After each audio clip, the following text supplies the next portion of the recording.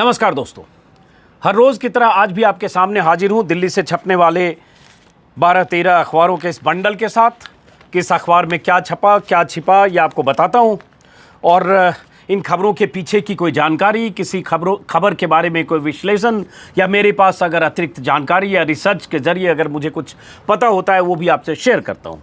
तो दोस्तों, आपको पता है आज का दिन खास है। अयोध्या में राम मंदिर के लिए भूमि पूजन हो रहा है। प्रधानमंत्री मोदी से लेकर योगी तक, यूपी के राज्यपाल से लेकर वीएचपी के बहुत साधु संत और बीजेपी के कार्यकर्ता और बहुत सारे पत्रकार देश भर के सब अयोध्या में। बीते 3 दिनों से अयोध्या की खबरें आप लगातार देख रहे हैं चैनलों पर। 100, 200, 150 घंटे का कवरेज आप लगातार देख रहे हैं। अब आज का दिन चूंकि खास है तो इसलिए मैं बात अयोध्या पर भी करूंगा। अखबार में जो छपा है वो तो मैं आपको बता दूं, लेकिन साथ में राम राज्य एक परिकल्पना है। उस राम राज्य के क्या मायने हैं ये थोड़ी बातचीत मैं आपसे करूंगा, क्योंकि राम राज्य गांधी ने भी कहा था, राम राज्य योगी ने भी कहा है, राम राज्य मोदी ने भी कहा है, राम राज्य आडवाणी और जोशी ने भी कहा है, राम राज्य आज रामदेव ने भी कहा है, राम राज्य अयोध्या में वीएचपी के उन नेताओं ने भी कहा है जिन्होंने वहां बाबरी ढांचा गिराया था। राम राज्य उन तमाम लोगों ने कहा है, उसका जिक्र किया है, जिनके खिलाफ आज भी बाबरी ढांचे को गिराने की साजिश रचने के आरोप लग रहे हैं और अदालत में मुकदमा चल रहा है, सीबीआई की विशेष अदालत में, जिसका जिक्र कल के वीडियो में भी किया है। जो अपने बयान दर्ज करा के कह रहे हैं उनका उस ढांचा गिरने में उनकी कोई भूमिका नहीं थी। लेकिन आज के अखबारों पर लौटते हैं दोस्त, और उसके बाद गांधी के राम राज्य पर। अखबारों की अगर बात करेंगे तो सारे अखबार, ज़्यादातर अखबार हिंदी खास तौर से, पूरी तरह से राममय है। अखबारों में पहला पन्ना, दूसरा पन्ना, अंदर का पन्ना, चाहे भास्कर उठाएं, चाहे जागरण उठाएं, चाहे अमर उजाला उठाएं, चाहे दैनिक हिंदुस्तान उठाएं, हर अखबार में अखबार का पन्ना अगर आप देखेंगे, ये अखबार आप देख पा रहे हैं शायद, हर अखबार का पन्ना आज राममय है। अयोध्या में 492 साल बाद इतिहास की करवट। अंदर के पन्ने में भी हिंदुस्तान में अगर देखेंगे, अब अयोध्या के पुनरुद्धार की तैयारी, ये पूरा पन्ना छपा हुआ है और इसमें इतिहास, वर्तमान, पुरानी बातें, मंदिर की लड़ाई, आंदोलन, ढांचा गिरना, सारी कहानियाँ सारे अखबारों में यही छपा हुआ है। लेख है अयोध्या पर प्रभात झा का सद्भाव का मंदिर, राम का भरत मिलाप ये भास्कर ने छापा है। अंग्रेजी के अखबार में भी टाइम्स ऑफ इंडिया की भी पहली लीड वही है। इसके अलावा अयोध्या आंदोलन की कहानी जो है बीते 70 सालों की, जब से वहाँ मूर्ति रखी गई थी तब से वो कहानी है सब जगह। आज दिवाली, ये नवभारत टाइम्स का पहला पन्ना है। अंदर के पन्ने में विज्ञापन से लेकर और उसके बाद अयोध्या को लेकर तमाम लेख और तस्वीरें और सब कुछ। अब इस पर बात करूं उससे पहले दोस्तों, ये अमर उजाला है, शुभ घड़ी, आज प्रधानमंत्री जाएंगे, क्या होगा, हर अवरोध पर भारी पड़ा संकल्प, कैसे ये संकल्प भारी पड़ा। और इसी भारी पड़े संकल्प के बीच अखबारों में आडवाणी का बयान भी है, जिसमें आडवाणी ने कहा कि उनका सपना पूरा हुआ, और उसके बाद उन्होंने एक वीडियो के ज़रिए, बहुत दिनों बाद आडवाणी आए थे और वीडियो के ज़रिए कुछ बातें आडवाणी ने कही है। तो आडवाणी का बयान है। कांग्रेस का कल से आपने देखा होगा कि किस ढंग से अचानक प्रियंका गांधी ने भी भूमि पूजन को लेकर, मंदिर निर्माण को लेकर शुभकामना संदेश दिया, और राम के संदेशों से उनका जो संदेश है वो भरा हुआ है। कमलनाथ ने शिलाएं भेजने की बात की है, चांदी की शिलाएं, और कांग्रेस के कई नेता लगातार इस राम मंदिर के निर्माण को लेकर शुभकामनाएं दे रहे हैं। उसको लेकर भी अखबारों ने अलग अलग ढंग से छापा है। किसी ने लिखा है कांग्रेस राममय हो रही है, जागरण ने छापा है। टेलीग्राफ की हेडलाइन भी करीब करीब कुछ ऐसी ही है, कांग्रेस के मायने और कैसे कांग्रेस की जो प्रियंका गांधी हैं उनके बयान को एनालाइज टेलीग्राफ ने किया है। ये सारी चीज़ आगे बताऊंगा। उससे पहले दोस्तों, बात जैसा कि मैंने कहा, राम राज्य, और एक इकोनॉमिक टाइम्स में खबर है गांधी के राम राज्य के क्या मायने थे और बीजेपी के राम राज्य के क्या मायने हैं। क्या यही वो राम राज्य है जिसकी परिकल्पना गांधी ने की थी, या क्या राम राज्य ऐसा ही होना चाहिए जैसा बीजेपी के नेता या बीजेपी के, आरएसएस के, बीएचपी के जो उग्र हिंदुत्व की बात करते हैं, क्या वही राम राज्य है। मैं देख रहा था क्या इस पर कहीं संपादकीय छपा है क्या। तो थोड़ा आलोचनात्मक अगर संपादकीय है तो दो अखबारों में है, टाइम्स ऑफ इंडिया और भास्कर। थोड़ा सा वो बताते हुए उसके बाद मैं इकोनॉमिक टाइम्स की एक खबर जिसमें कटियार ने आज क्यों जिक्र किया है आडवाणी और जोशी का, और उसके बाद गांधी का राम राज्य क्या है, ये बहुत जानना समझना जरूरी है। हालांकि उस दौर में गांधी के राम राज्य को लेकर भी आलोचना हुई थी जब वो राम राज्य शब्द का इस्तेमाल करते थे, जिसकी सफाई बार बार गांधी ने दी। क्या था उनका राम राज्य, क्या कहते थे राम राज्य को लेकर, ये मैं बताऊंगा। लेकिन उससे पहले टाइम्स ऑफ इंडिया ने आज संपादकीय में लिखा है, और बहुत ज़्यादा इस पर मैं इसलिए नहीं बात कर रहा हूँ, आप सब लोगों को मुझसे ज़्यादा पता होगा। अखबारों में अगर 6-6 पन्ने हैं, जहाँ आप हैं वहाँ भी होगा। दिन भर व्हाट्सएप पर, यूट्यूब पर सैकड़ों हज़ारों वीडियो रोज़ आपके पास आ रहे होंगे, इसलिए उस पर बात करने की ज़रूरत मुझे नहीं लगती है। खैर, टाइम्स ऑफ इंडिया का एडिटोरियल है, जिस एडिटोरियल के आखिरी 2 पैरे में टाइम्स ऑफ इंडिया ने थोड़ा क्रिटिकल राय रखी है। और टाइम्स ऑफ इंडिया ने यही कहा है कि आज बीजेपी की जिम्मेदारी है कि पब्लिक हेल्थ सिस्टम से लेकर देश के लिए जो ज़रूरी चीज़ें हैं, डेवलपमेंट से लेकर इकोनॉमिक प्रोग्रेस से लेकर, इन सब मुद्दे पर बीजेपी ध्यान दे, बजाय इसके कि पॉइंटलेस आइडेंटिटी वार में बीजेपी इंगेज हो। और इसी में एक नसीहत भी दिया है टाइम्स ऑफ इंडिया में ने संपादकीय में कि कई मोर्चे पर भारत क्रॉस रोड पर है, विकास और आर्थिक मोर्चे पर बहुत कुछ करना है देश को, इसलिए ऐसे वक्त में बहुत ज़्यादा हिंदुत्व और ध्रुवीकरण की बात करना ठीक नहीं होगा। भारत के सामाजिक ढांचे और एकता को ये नुकसान पहुंचाएगा। और उसके बाद इन्होंने राम और रावण का फ़र्क भी समझाया है कि राम मंदिर का मतलब क्या होना चाहिए। तो इस तरह से टाइम्स ऑफ इंडिया ने एक संपादकीय लिखा है कि ऐसे मौके पर बीजेपी को नेशनल यूनिटी की बात करनी चाहिए, सामाजिक ढांचे को, सामाजिक एकता, सामाजिक समरसता की बात करनी चाहिए। ये टाइम्स ऑफ इंडिया का संपादकीय है। भास्कर का क्या संपादकीय है वो बताऊं, उसके बाद मैं गांधी का राम राज्य और विनय कटियार का वो बयान और वो कुछ तस्वीरें। ये भास्कर का संपादकीय है, जिसमें भास्कर ने बीच में लिखा है, राम की सीख बैरू न कर काहू सन कोई। उसके बाद इसमें उन्होंने लिखा है, भगवान राम मर्यादा पुरुषोत्तम है, यानी नैतिक रूप से जीवन जीने के से लेकर समाज ही नहीं, जीव के प्रति अपनी उपादेयता के लिए हजारों साल से बनाए गए मूल्यों के प्रति पाषाण जैसी दृढ़ता, जहां राजा का कर्तव्य सुनिश्चित करना होता है कि प्रजा को किसी भी किस्म का दैहिक मानसिक दुख न पहुँचे। और आखिर में इन्होंने लिखा है कि इसमें लिखा है कि मंदिर की हर ईंट के साथ हम प्रतिज्ञा करें कि व्यक्तिगत सुचिता से मजबूत होते हुए हम भ्रष्टाचार को समाज से खत्म कर राम भक्ति का पराकाष्ठ प्राप्त करें, जैसा राम राज्य में था। ये भास्कर ने लिखा है।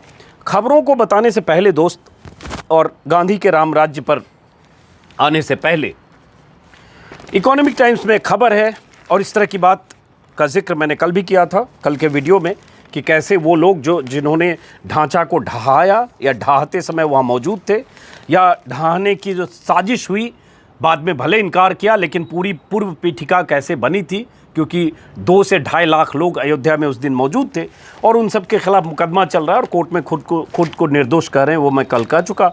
अब बात ये आ रही है जो कटियार ने कहा, विनय कटियार अयोध्या में जब उस दौर में जब राम मंदिर के लिए आंदोलन चल रहा था, उसके जो टॉप लीडरशिप में कुछ लोग शामिल थे, उसमें विनय कटियार भी थे। विनय कटियार ने इकोनॉमिक टाइम्स में एक एतराज़ जताया है इस बात पर कि इसमें जो यहाँ भूमि पूजन हो रहा है, उसमें आडवाणी और जोशी को हर हाल में अयोध्या बुलाने की मुमकिन कोशिश करनी चाहिए थी, लेकिन इन्हें नहीं बुलाया गया है। यहाँ तक इन्होंने कहा, जब ये इन्हें दलील ये दी गई कि जो ट्रस्ट के लोग हैं और जो आयोजक हैं, उनका मानना था कि इनकी उम्र ज़्यादा है, आडवाणी 92 साल के हैं, जोशी 86 साल के हैं, कोरोना का दौर है, इसलिए इन्हें नहीं बुलाया गया। और ये वीडियो पर देखेंगे, चैनल पर देखें, चाहे जैसे भी देखें, वीडियो से देखेंगे, दूर से देखेंगे, तो कटियार का यहाँ तक कहना है कि उन्हें प्राइवेट प्लेन से ही सही, लेकिन बुलाया जाना चाहिए। कल्याण सिंह के किसी समर्थक के हवाले से है कि कल्याण सिंह से बात करके उन्हें कन्विंस कर दिया गया कि आपकी सेहत और उम्र, क्योंकि कल्याण सिंह भी 88 साल के हैं, कोरोना के खतरे को देखते हुए आप वहीं रहें जहां हैं, वहां से देखें। और कल्याण सिंह का इंटरव्यू सब जगह है। अब ये 2 तस्वीर एक बार आपको दिखा देता हूं। एक तस्वीर है आडवाणी के साथ नरेंद्र मोदी की, आप देख पा रहे हैं, और जिस वक्त आडवाणी ने यात्रा शुरू की थी सोमनाथ से अयोध्या, जो बीच में बिहार में रुकी यात्रा, उस समय गुजरात से लेकर मुंबई तक की यात्रा का संचालन पर्दे के पीछे, मुख्यतः तो प्रमोद महाजन थे, उसके बाद गुजरात में खास जिम्मेदारी थी मीडिया को कोऑर्डिनेट करना, मीडिया से बात करना, प्रचार तंत्र देखना और रथ के मार्ग में आने वाली बाधाओं को संचालित करना, देखना। प्रमोद महाजन के निर्देश और नियंत्रण के साथ वो नरेंद्र मोदी की थी। तो तस्वीर आप देख रहे हैं। दूसरी तस्वीर नरेंद्र मोदी की है जब नरेंद्र मोदी जोशी के साथ अयोध्या में थे। ये शायद 91 की तस्वीर है। ये तस्वीर कल वायरल हुई थी। तो ये दो तस्वीरें हैं उस वक्त की। जोशी उस समय जब जोशी के साथ थे मोदी, और उसके बाद आडवाणी के साथ हैं। ये दो शीर्ष पुरुष थे उस समय आंदोलन के। जब ढांचा गिरा तब जोशी अध्यक्ष थे बीजेपी का, जब यात्रा शुरू हुई तो आडवाणी अध्यक्ष थे बीजेपी के। ये दोनों मार्गदर्शक मंडल में हैं। दिल्ली से वीडियो से या जैसे भी होगा देखेंगे, जो भी देखना होगा भूमि पूजन देखेंगे, मन ही मन दुखी भी हो सकते हैं कि हम न हुए, और वहाँ नरेंद्र मोदी आज भूमि पूजन करेंगे। तो ये तो दो तस्वीरें हैं। और वही कटियार ने कहा है, ऐसी नाराज़गी बहुत सारे लोगों को की है। और कल्याण सिंह का बयान, हालांकि बार बार अभी भी उनका आज इंटरव्यू है जागरण में, उसमें उन्होंने यही कहा है कि मुझे बहुत खुशी है, मुझे आज लगता है कि हाँ मेरा जीवन सफल हुआ टाइप का उनका एक इंटरव्यू है। लेकिन अब बात आती है जो इन्होंने कहा अयोध्या में नए सूत्रपात की तैयारी, कल्याण सिंह ने कहा है, और राम राज्य की, कि अब देखिए क्या है राम राज्य को लेकर और राम से निकटता को लेकर बीते 2 दिनों में क्या तस्वीर बदली कि प्रियंका गांधी भी, जिस ढंग से प्रियंका गांधी ने बयान दिया, लिखित जारी किया, आपने पढ़ा होगा। कमलनाथ तो हनुमान के पुजारी हैं और उन्होंने वहाँ मूर्ति बनाई है, और छिंदवाड़ा से लेकर मध्य प्रदेश के लोग जानते हैं कि हनुमान को लेकर उनकी आस्था है और ये सब करते रहें। लेकिन अभी उन्होंने भी इसमें आगे बढ़कर शिलाएं भेजने की बात की कि चांदी की 11 शिलाएं एमपी कांग्रेस भेजेगी। प्रियंका गांधी का कहना कि राम सबके हैं, राम सब में है, मानवता को जोड़ने के सूत्र हैं राम, और उसको जागरण ने हेडिंग लगाई है, कांग्रेस भी हुई राममय।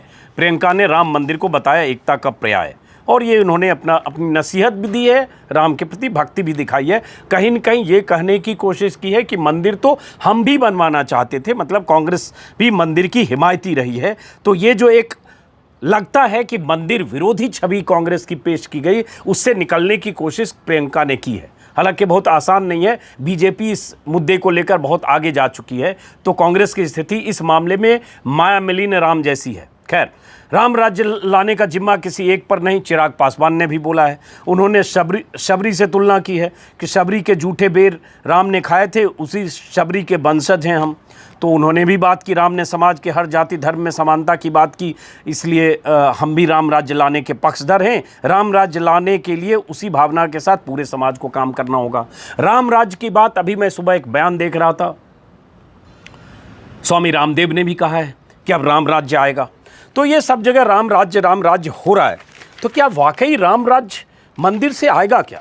एक लेख आज प्रताप भानु मेहता ने इंडियन एक्सप्रेस में लिखा है, पढ़िएगा, जिसमें उन्होंने राम के प्रति अपनी धारणा, राम को लेकर उनकी अवधारणा, राम को लेकर उनके मन में जो एक आदर का भाव, क्योंकि हर बच्चा देश का जो हिंदू है और वो घर में पला बढ़ा, तो कहीं न कहीं राम सुना, राम के बारे में सुना, रामचरितमानस पढ़ा सुना, वाल्मीकि रामायण से लेकर, और जय जय सिया राम। हम लोग के यहाँ तो बचपन में जय श्री राम तो इस आंदोलन के गर्भ से ऐसे नारे निकले, क्योंकि उस नारे में एक किस्म की उग्रता का बोध भी कई बार होता है, और बहुत जगह ऐसी घटनाएं भी हुई कि जय श्री राम बोलकर या बुलवाने की कोशिश की गई उग्र लोगों के ज़रिए। ऐसे बहुत सारे वीडियो वायरल हुए। और आज ही अभी देवदत्त पटनायक ने एक तस्वीर ट्वीट की है, मैं दिखा देता हूँ, कि स्मृति ईरानी ने राम की एक तस्वीर पोस्ट की है ट्विटर पर, और उसके जवाब में उसको रीट्वीट करते हुए देवदत्त पटनायक ने लिखा है कि इतना गुस्सैल राम का चेहरा ये कॉमिक की तरह लगता है, कॉमिक्स में जो कैरेक्टर क्रिएट होते हैं वैसा, राम का ये चेहरा ऐसा नहीं है, ऐसा देवदत्त पटनायक ने लिखा। और ये एक लेख है प्रताप भानु मेहता का, Ram I will not find you there, Ram मैं आपको वहाँ नहीं देखूंगा। और जो मंदिर को लेकर इनकी अवधारणा है कि जिस ढंग से राजनीति हो रही है, और मंदिर राम को नेशनल सिंबल, जिस ढंग से symbol of Hindu pride, Hindutva का का प्राइड बनाकर जो बीजेपी जिस ढंग से कोशिश कर रही है, और राम की अवधारणा को, राम के नाम को, राम के प्राइड को बीजेपी जिस ढंग से भुना रही है, उस पर लेके अब आते हैं दोस्तों। बाकी खबरों पर मैं शायद कम बात कर पाऊंगा, क्योंकि आज ये अखबार में भी सबसे अधिक यही है और आज दिन भर चर्चा में भी यही है। तो अब आते हैं गांधी का रामराज्य, क्योंकि ये लोग गांधी के रामराज्य की बात करते हैं। गांधी ने रामराज्य को लेकर क्या कहा था? राम राज्य से मेरा अभिप्राय हिंदू राज से नहीं है। राम राज्य से मेरा अभिप्राय दैवी राज्य अर्थात ईश्वर का साम्राज्य है। मेरी दृष्टि में राम और रहीम एक है। मैं केवल एक ही ईश्वर को जानता हूं, वह है सत्य और सदाचार का ईश्वर। मेरी कल्पना के राम कभी इस पृथ्वी पर रहे हों या न रहे हों, राम राज्य का प्राचीन आदर्श निस्संदेह एक सच्चा लोकतंत्र है, जिसमें क्षुद्रतम नागरिक भी लंबी चौड़ी और महंगी प्रक्रिया के बिना शीघ्र न्याय पा सकता है। एक सच्चा लोकतंत्र है। और उसके बाद राम राज्य में कुत्ते को भी न्याय मिलता था। मेरे सपने के राम राज्य में राजा और रंक दोनों के अधिकार सामान्य हैं।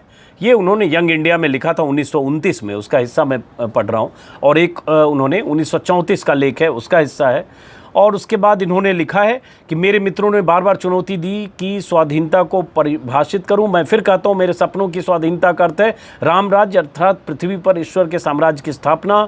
उसके बाद है आज की अन्यायपूर्ण समानताओं की स्थिति में, जिसमें मुट्ठी भर लोग ऐश्वर्य भोग रहे हैं और आम आदमी के लिए पेट भरना मुश्किल है, राम राज्य कभी नहीं आ सकता। उसके बाद मैं निर्वाण की तुलना राम राज्य अथवा पृथ्वी पर ईश्वर के साम्राज्य से करता हूँ, ये भी उन्होंने लिखा है। उसके बाद मेरा हिंदुत्व मुझे सभी धर्मों का आदर सिखाता है, राम राज्य का रहस्य इसमें निहित है। ये 1947 में कहीं उन्होंने बोला है। और कुछ उनके टुकड़े जो राम राज्य को लेकर, चूँकि उस समय में भी गांधी जब राम राज्य की परिकल्पना को लेकर बोलते थे और उनके बयान या भाषण या उनके शब्द जब छपते थे, उस दौर में भी बहुत सारे लोग एतराज़ करते थे कि आप राम राज्य क्यों कहते हैं। तो उन्होंने कई जगह इसको परिभाषित किया है, यंग इंडिया में भी लिखा है और भी अलग अलग जगह। तो उसी में एक जगह है, दांडी मार्च के दौरान ऐसी भ्रांतियों के निवारण के लिए मैंने लेख अलग अलग जगह से मैंने निकाला है, कुछ सत्याग्रह से, कुछ शायद न्यूज़ क्लिक से। तो उन सब का आभार जिन्होंने इसको एक जगह इकट्ठा किया है, जो राम राज्य को लेकर गांधी ने कहा है। तो दांडी मार्च के दौरान ऐसी भ्रांतियों के निवारण के लिए उन्होंने कहा था 20 मार्च 30 को हिंदी पत्रिका नवजीवन में राम राज्य और स्वराज्य शीर्षक से लेख लिखा था, जिसमें गांधी ने लिखा था, स्वराज्य के कितने ही अर्थ क्यों न किए जाएं, तो भी मेरे नज़दीक तो उसका त्रिकाल सत्य एक ही है, अर्थ एक ही है, वह है राम राज्य। यदि किसी को राम राज्य शब्द बुरा लगे तो मैं उसे धर्म राज्य कहूँगा। राम राज्य शब्द का भावार्थ यह है, गरीबों की संपूर्ण रक्षा, सब काम धर्म पूर्वक किए जाएंगे और लोकमत का हमेशा आदर किया जाएगा। एक और जगह उन्होंने कहा है, 26 फरवरी 1947 को एक प्रार्थना सभा में गांधी ने कहा था, जिस आदमी की कुर्बानी की भावना अपने संप्रदाय से आगे नहीं बढ़ती, वो खुद तो स्वार्थी है ही, अपने संप्रदाय को भी स्वार्थी बनाता है। मैंने अपने आदर्श समाज को राम राज्य का नाम दिया है। कोई यह समझने की भूल न करे कि राम राज्य का अर्थ है हिंदुओं का शासन। बहुत इंपॉर्टेंट है। कोई यह समझने की भूल न करे कि राम राज्य का अर्थ है हिंदुओं का शासन। मेरा राम खुदा या गॉड का ही दूसरा नाम है। मैं खुदाई राज चाहता हूं, जिसका अर्थ है धरती पर परमात्मा का राज। ऐसे राज्य की स्थापना से न केवल भारत की संपूर्ण जनता का बल्कि समग्र संसार का कल्याण होगा। अब ये जो मुद्दा है ना, कि मेरे लिए राम राज्य का अर्थ ये नहीं है कि हिंदुओं का शासन, और आज के इनके लिए राम राज्य का क्या अर्थ है आप समझ सकते हैं। और जब राम राज्य की बात करते हैं, जैसे योगी का एक बयान में देख रहा था 2017 में, उन्होंने कहा था कि 2019 तक राम राज्य आ जाएगा। दिवाली के मौके पर जब अयोध्या गए थे तब, क्या राम राज्य आ गया? यूपी में आ गया, देश में आ गया। और राम राज्य की यही परिकल्पना है, जिसमें नफरत, जिसमें किसी धर्म या किसी समुदाय विशेष को लेकर घृणा, नफरत, आक्रोश, उत्तेजना, उन्माद। क्या ये राम राज्य है? क्या राम राज्य की यही परिकल्पना है? क्या राम अगर होते और जब राम की अयोध्या थी तो क्या ऐसे नफरत की खेती होती थी? ये एक बहुत बड़ा सवाल है। अच्छी बात है, अब चलिए सुप्रीम कोर्ट का फैसला भी आ गया और अब भूमि पूजन भी हो रहा है और वहाँ मंदिर भी बनेगा। हम सबको अब स्वागत करना चाहिए, चलिए मंदिर बन रहा है। लेकिन सवाल ये उठता है कि उस परिकल्पना, राम की परिकल्पना, राम राज्य की परिकल्पना, और राम जो कन कन में राम कहा जाता है, हम सब लोगों ने राम को अलग अलग रूपों में समझा है। दुनिया में राम को लेकर जितना रिसर्च हुआ है उसका जिक्र अगर करें तो 1 घंटे का वीडियो सिर्फ उस पर बन सकता है। मैं इंडोनेशिया गया हूँ, मुस्लिम बहुल देश है, लेकिन इंडोनेशिया में बाली में जगह जगह राम की मूर्तियाँ हैं। रामायण का अपने ढंग से वहाँ मंचन होता है। वहाँ श्रीलंका, तो चलिए श्रीलंका से एक रिश्ता है ही, वहाँ भी है। दुनिया और बहुत सारे ऐसे देशों में है, कंबोडिया से लेकर घाना तक, फिजी से लेकर मॉरिशस तक। भारत में ही राम को लेकर रामायण के कई संस्करण, कई तरह से राम कथा लिखी गई है। दक्षिण भारत में अलग, उत्तर भारत में अलग। रामचरितमानस के अलावा अलग अलग शैली, अलग अलग भाषा में अलग अलग लोगों ने लिखी और सबने अपने अपने ढंग से राम की परिकल्पना की। लेकिन और उस राम के परिकल्पना में राम के अस्तित्व और उनकी शख्सियत को, उनके मर्यादा पुरुषोत्तम होने को अपने ढंग से उसकी व्याख्या की। लेकिन क्या उस व्याख्या में ये राजनीति है? क्या उस व्याख्या में ये उग्रता है? क्या उस व्याख्या में उन्माद है? क्या उस व्याख्या में लिंचिंग करने वाली मानसिकता के साथ उग्रता दिखाते हुए किसी को जबरन जय श्री राम बुलवाने की प्रवृत्ति है? आप चाहते हैं कि आपके हिसाब से जो नारा लगाए वो राम भक्त, क्या राम भक्त होने का ये मतलब है? राम दिल में बसते हैं।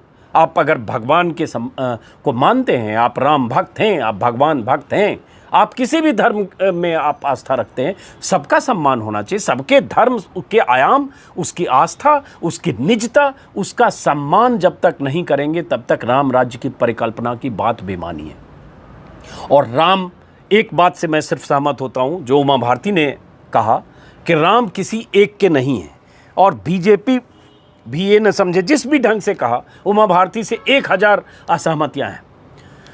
लेकिन ये बात सही है कि राम किसी एक पार्टी की नहीं है, किसी एक संगठन के नहीं है, राम किसी एक आरएसएस के नहीं है, राम बजरंग दल और बीएचपी के नहीं है। तभी तो कन कन में राम कहा गया। हम लोग, अगर मैं 35 साल, 40 साल, 45 साल पहले देखूं, बिहार का रहने वाला, हमें नहीं पता था उस समय कि क्या आंदोलन चल रहा है, नहीं चल रहा है, लेकिन एक छवि थी, एक गढ़ी गई राम की छवि, चाहे पढ़कर। हालांकि हमारे समय में टेलीविज़न पर सीरियल भी आ चुका था, या रामायण और रामचरितमानस की पाठ या चौपाइयाँ जहाँ से भी सुनी, जहाँ से भी दिमाग और दिल, दिमाग और कानों के भीतर उसकी गूंज सुनाई थी। लेकिन उसके बाद क्या हुआ? बीते 25-30 सालों में क्या हुआ? आप एक उग्रता के साथ जय सिया राम को जय श्री राम, इसमें बदल गया। सिया राम जय श्री राम जब हुए, उसमें उग्रता का बोध आया और उसमें अहंकार आया, उसमें यह आया कि तुम भी मेरे साथ जय श्री राम बोलो। तो ये जो, और वो उसी में नारे गढ़े गए। उन्हीं नारों के गढ़ने के बाद उसी उग्रता ने वहां एक ढांचे को गिराया, और जिन लोगों ने गिराया या गिराने के वक्त जो लोग थे, या जिन लोगों ने उस पूरे आंदोलन को नेतृत्व करके वहां तक पहुंचा दिया, वो सारे लोग अदालत में आज कह रहे हैं कि वो बेकसूर हैं, वो निर्दोष हैं, उनकी बयान दर्ज हो चुके हैं। मैं उस पर कल वीडियो बना चुका। अब गांधी की बात कुछ और करें, उसी में उन्होंने लिखा है कि बहुत सारे लोग ये मान लेते हैं कि हिंदुओं के आराध्य राम की बात कर रहे हैं, जबकि ऐसा नहीं है। उसके बाद उन्होंने कहा, मेरे राम यानी जिसका जाप हम अपनी प्रार्थना में करते हैं, वो ऐतिहासिक राम नहीं है। राजा दशरथ के पुत्र और अयोध्या के राजा नहीं है, वो सनातन है, अजन्मा है, अद्वितीय है। ये सारी बातें उन्होंने राम को लेकर कहा है। एक जगह और गांधी ने कहा, राम ने एक कुत्ते के साथ भी न्याय किया।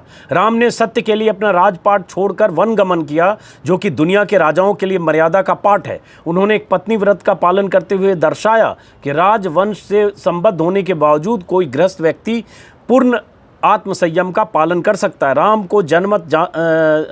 को जानने के लिए आज की तरह मतदान की आवश्यकता नहीं थी, बल्कि वह अंतर्ज्ञान के माध्यम से ही लोगों के हृदय से की बात जान लेते थे। राम की प्रजा बहुत प्रसन्न थी। इस तरह का राम राज्य आज भी कायम किया जा सकता है। ये गांधी ने कहा था काठियावाड़ में 1925 में। मैं फिर श्रेय देता हूँ कि शायद एक अव्यक्त का लेख है, उससे मैंने कुछ चीज़ें ली है, जो सत्याग्रह पर था, और एक दूसरा न्यूज़ क्लिक पर था, जो शायद अरुण त्रिपाठी ने लिखी है। उसमें से मैंने राम राज्य के कुछ हिस्सों को लेकर जो गांधी ने कहा, और एक जो महात्मा गांधी के जो वक्तव्य हैं, उसका एक अलग से पेज है, mkgandhi.in है शायद, वहाँ से कुछ चीज़ें मैंने ली है, चूँकि मैं जानना एक बार चाहता था, mkgandhi.org, वहाँ से कुछ चीज़ें ली है। खैर, तो ये परिकल्पना और यथास्थिति, इसमें अहंकार, इसमें बहुसंख्यकवाद, राम की परिकल्पना, राम की शख्सियत, राम राज्य की परिकल्पना, और ये सब जो जिस तरह से कर रहे हैं, दोनों में ज़मीन आसमान का फ़र्क है। चलिए, बहरहाल अब उसके बाद कांग्रेस की मजबूरी, जो कांग्रेस इस तरह के बयान लगातार दे रही है। उसके बाद कुछ और खबरें हैं। मैं बाकी चीज़ों पर बात करने से पहले, चूँकि आज मैंने इस पर ज़्यादा बात की, आप सब लोगों ने देखा भी होगा, आपकी राय भी होगी। उसके बाद भास्कर में एक खबर आज उसको लेकर है, चूँकि खबरें इसके अलावा बहुत कम है आज, ज़्यादातर हिंदी अखबार तो इसी से पटा पड़ा है। भास्कर में एक खबर है, जिस राजद्रोह की धारा से पायलट भड़के, सियासी बवंडर उठा, एसओजी ने 24 दिन बाद उस धारा को हटा दिया। एक अच्छी चीज़ है, कई अखबारों में जो टॉपर हैं, जो यूपीएससी में टॉप किया है, उनकी तस्वीर के साथ उनकी कहानियाँ। हरियाणा के प्रदीप टॉपर बने, यूपी की प्रतिभा महिलाओं में नंबर 1, ये सब जगह एनसीआर के कुछ बच्चों ने उसमें स्थान हासिल किया है, उनकी भी कहानी है। एक भास्कर में खबर है, शहीद के पिता का राष्ट्रपति को पत्र, देश के लिए बलिदान देने वालों के लिए सिर्फ एक ट्वीट काफ़ी होता है क्या। और उसके बाद एक मेजर अनुज सूद हैं, जो हिमाचल के हैं, धर्मशाला के, शायद हाँ धर्मशाला के, उनकी शहादत पर उनके पिता ने एतराज़ किया है और उन्होंने राष्ट्रपति को चिट्ठी लिखी है, जिसमें उन्होंने कहा है कि क्या आप जानते हैं कि सरकार ने हमारे नायकों के बलिदान को कैसे स्वीकार किया। उन्होंने 140 शब्दों का उल्लेख करते हुए 5 बहादुरों ने आतंकियों से जूझते हुए अपना बलिदान कर दिया, लेकिन उनके नामों का उल्लेख नहीं किया। मतलब एक ट्वीट करके उसके बाद भूल जाते हैं। और इसमें उन्होंने कहा है कि शहीदों के परिवारों को पत्र जारी हो, जिससे प्रमाणिक दस्तावेज का दर्जा मिले, ताकि शहीद के परिवारों को किसी भी प्रमाण के लिए दर दर न भटकना पड़े। ये उनकी नाराज़गी है। उसके अलावा बाकी जो हर जगह खबरें हैं, उसमें यही सब है, मैं बता चुका आपको। हनुमान ने मांगी भूमि पूजन की अनुमति, पेट्रोल पंप पर काम करते पिता बेटे की फीस के लिए घर बेचा था, वही यूपीएससी के जो टॉपर हैं उनकी कहानी है। तो ये सब है दोस्तों, छोटा ही वीडियो रखता हूँ। और उसके बाद ये पता ही होगा कि रात में बेरूत में बम धमाके की खबर थी, वो आपको पता होगा, जिसमें 25 लोगों की मौत हुई है। जागरण में तो वही खबर है। और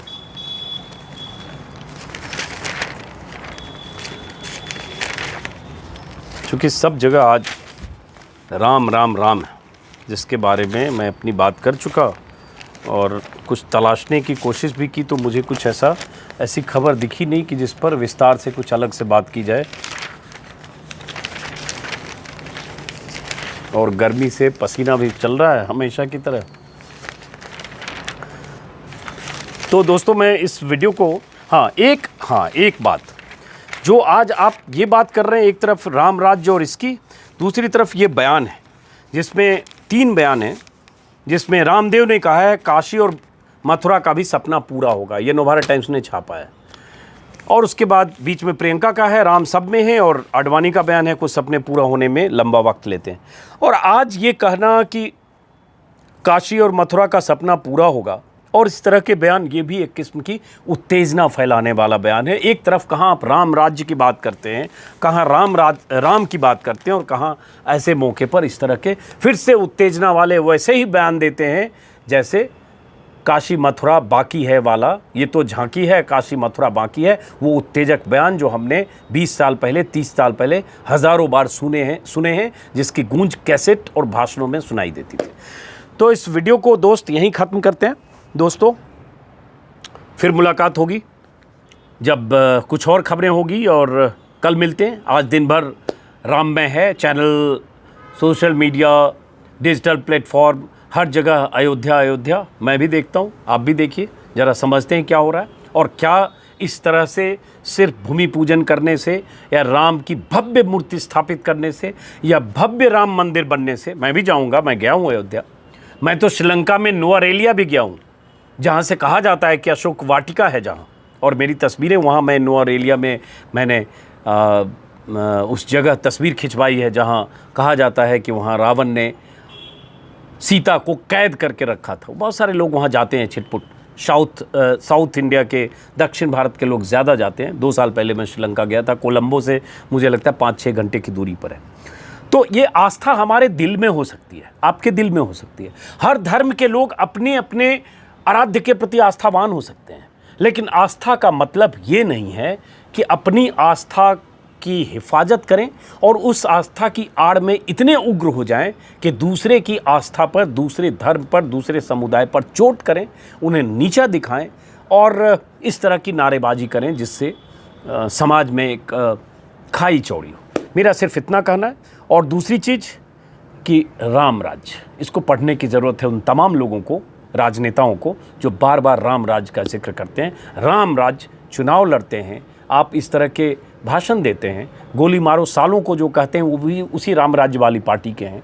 जो कपिल मिश्रा दिल्ली में दंगों के वक्त उनकी जो भूमिका है वो भी उसी राम राज्य की पार्टी के हैं। और 50 नेताओं के मैं नाम ले सकता हूं, उनके भाषण का जिक्र कर सकता हूं। ये सारे भाषण वाले लोग, ये सारी उग्रता वाले लोग उसी राम राज्य की परिकल्पना का हवाला देने वाली पार्टी के हैं। तो पहले राम को आत्मसात करने की ज़रूरत है, राम को समझने की ज़रूरत है। नमस्कार।